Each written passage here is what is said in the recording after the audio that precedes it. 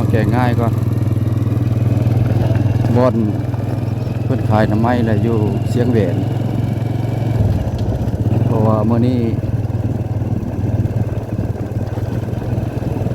ถือว่า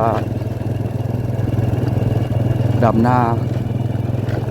ถือว่ามือสุดท้ายกับแม่นเนาะเพื่อนซื้อน้ำให้ซื้อน้ำไม้มาแกงง่ายพี่น้องโอ้รถกระนองหลายแล้วมาเสียงแหวนเฮา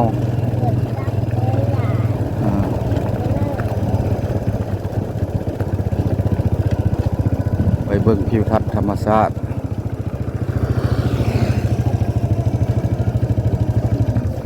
ฝนบ่ตกบางคนก็โจะละน้ำเนาะคืนใน FC เพิ่นแซดมาใส่ว่าอยู่หัวเสียบังไฟนี่ถือว่าน้ำบ่มีเนาะจุน้ำห้วยน้ำหนองใส่ก็แห้งหมดแล้วก็เจ้าก็หยุดดำนาเนาะเพราะว่าเอาจักจุใส่อันให้นาน้ำมันหมดน้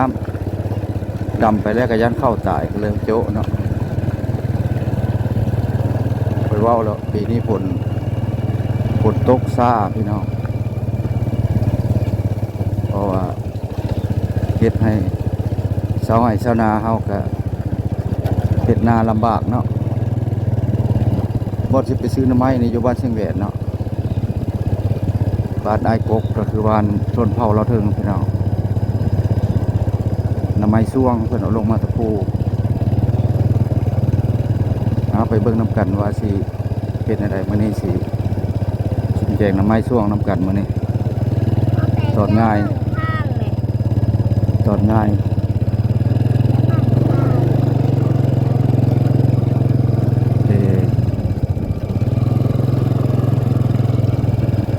คือว่าแล้วหลายแล้วนาเนาะเพิ่นดำนี่จะ2-3 มื้อเลยบ้านเชียงแหวนในปลายนี่ฮะ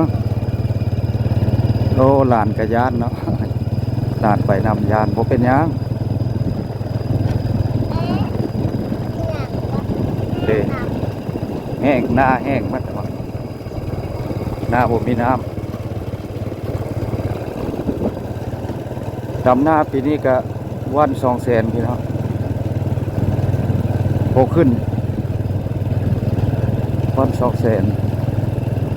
ปีกายนี่ก็200,000ปีนี้มาอยู่มก200,000เนาะอันนี้จะเป็นห้องงานประกอบกระเบื้องเนาะเอาเสื้อมาจากต่างประเทศแล้วประกอบกระเบื้อง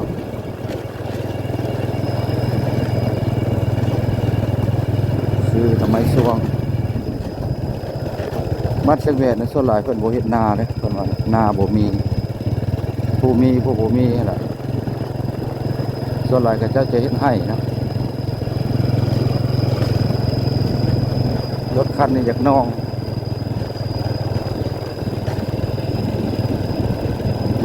โซ่น้อยบ่พี่จ้ะ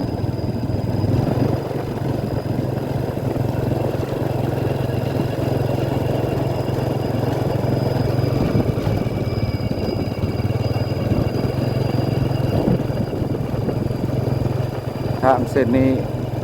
ผู้ยางมาได้10 กว่าปีแล้ว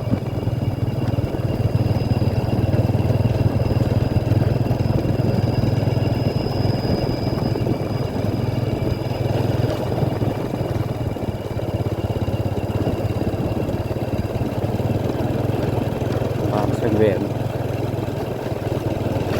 โอ้นาบ่มีน้ำเนาะแปลงอื่นก็ตกบ่เนาะคอมเมนต์มาเลยเด้อพี่น้องเด้อแปลงอื่นก็มีบ่ผลเนาะอันนี้ฮอดบ้านเชียงแหวนเลยนะ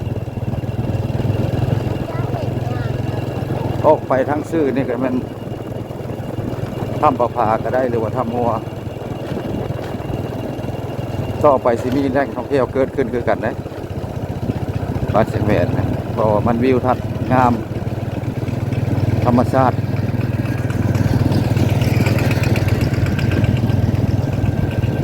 ส่วนหลายห้านขายเครื่องก็บ่ค่อยหลายไปเลย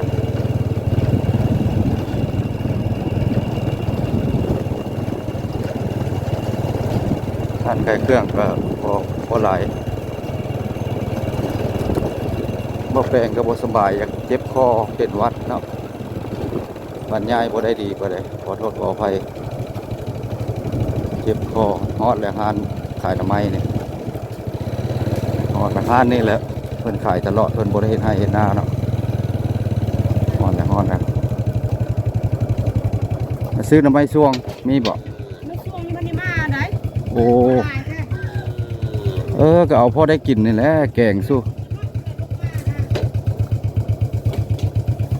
เพิ่นคือให้มาไว้ถ้าเสร็จอันนั้นก็ได้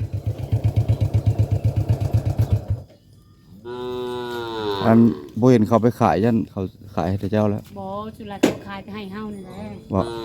โดนนี่ฮะ ซื้อแกงง่าย 2-3 โลบ่วันนี้มาได้ 2 โลนี่แหละเพราะว่า หั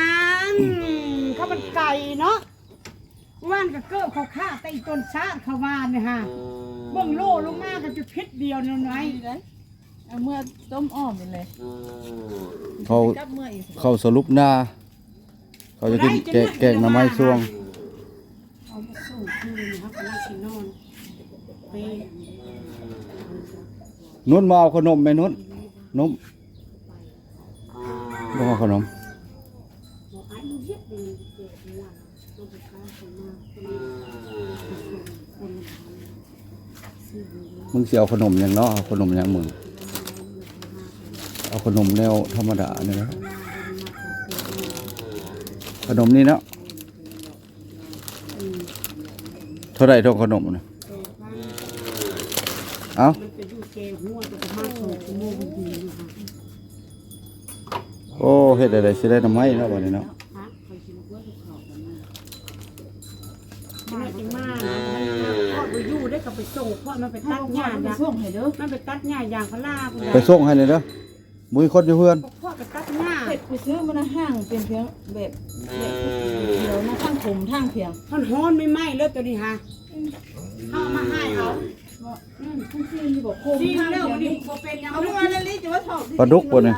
ทึกกับคมโซคงนะครั โอ้ปลาดุกพัน มันส่งแต่เช้าผูก อันนี้แม่ เช้า หยา ส่งคงกันเด็ แมงดา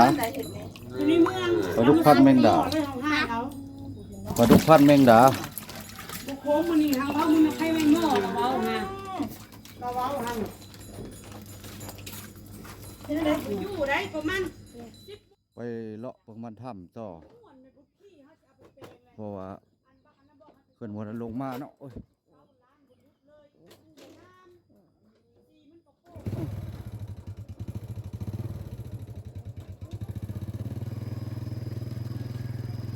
ปีนี้นาบ่มีน้ำพี่น้องเพราะว่าเลาะซื้อหน่อไม้พอไปเลาะเบิ่งบ้านถ้ำต่อเนาะบ้านถ้ำก็มีงานเนี่ยพ่อเพิ่นเสียชีวิตเนาะวันที่18วันที่18บ่ที่18 เดือน 8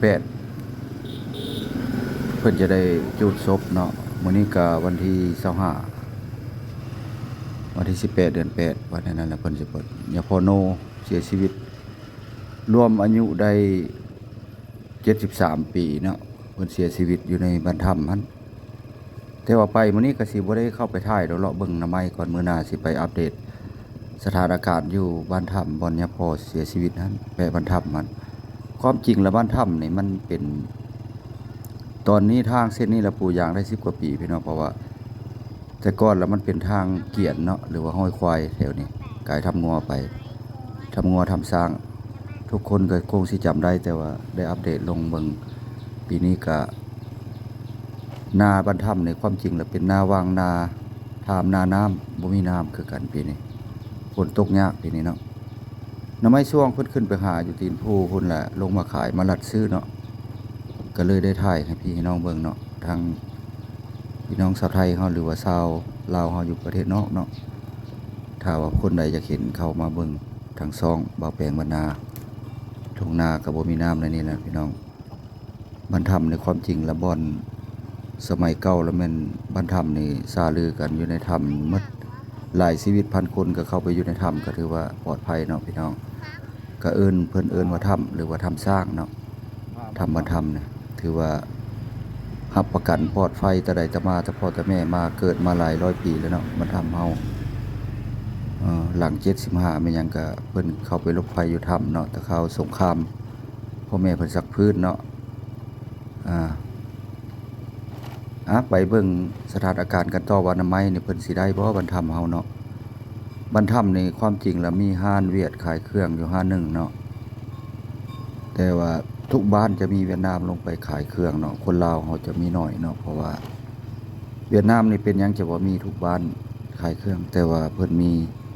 ทุนหลายเนาะจะมีทุนสมทบที่ว่าช่วยเหลือเนาะที่ว่ามีสร้างโกดังเครื่องแต่ว่าอยากได้เท่าใดเพิ่นก็เอามาได้แล้วคนลาวก็เลยกลายเป็นไวรัลและนิยมห้านเวียดนามเพราะว่าฮอดแล้วหน่อไม้2 โลแล้ว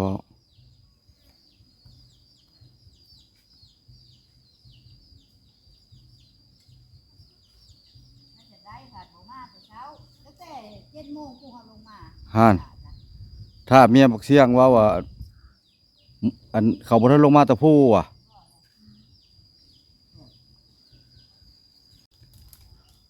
ส่วนหลายคนบ่อยากอยู่เฮือนยามนี้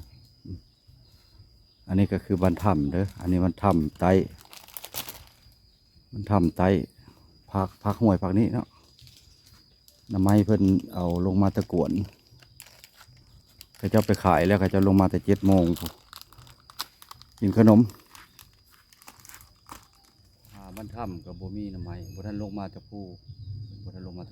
ว้าค่าแล้วถ้ำพุ่นปูหน้าผาพุ่นละน้ำไม้อยู่เพิ่นบ่ได้ลงมาจากคนซ้ำเลยพิงไปหาหน่อไม้บ่ไปขายพุ่นแล้วฮะเลาะหาซื้อหน่อไม้อยู่นี่จักแหละไปซื้อน้ำมันบ่นเมียบักเสียงก็ว่าเขาบ่ได้ลงมาตะพูบ่แม่เขาขายมันแล้วบ่เมื่อละ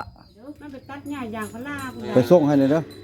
มุ้ยคนอยู่เพื่อน พ่อก็ตัดหญ้า เป็ดไปซื้อมันห้างเป็นเพียงแบบเดียวนะข้างผมทางเพียง มันฮ้อนไม่ไหม้เลยตัวนี้ฮะ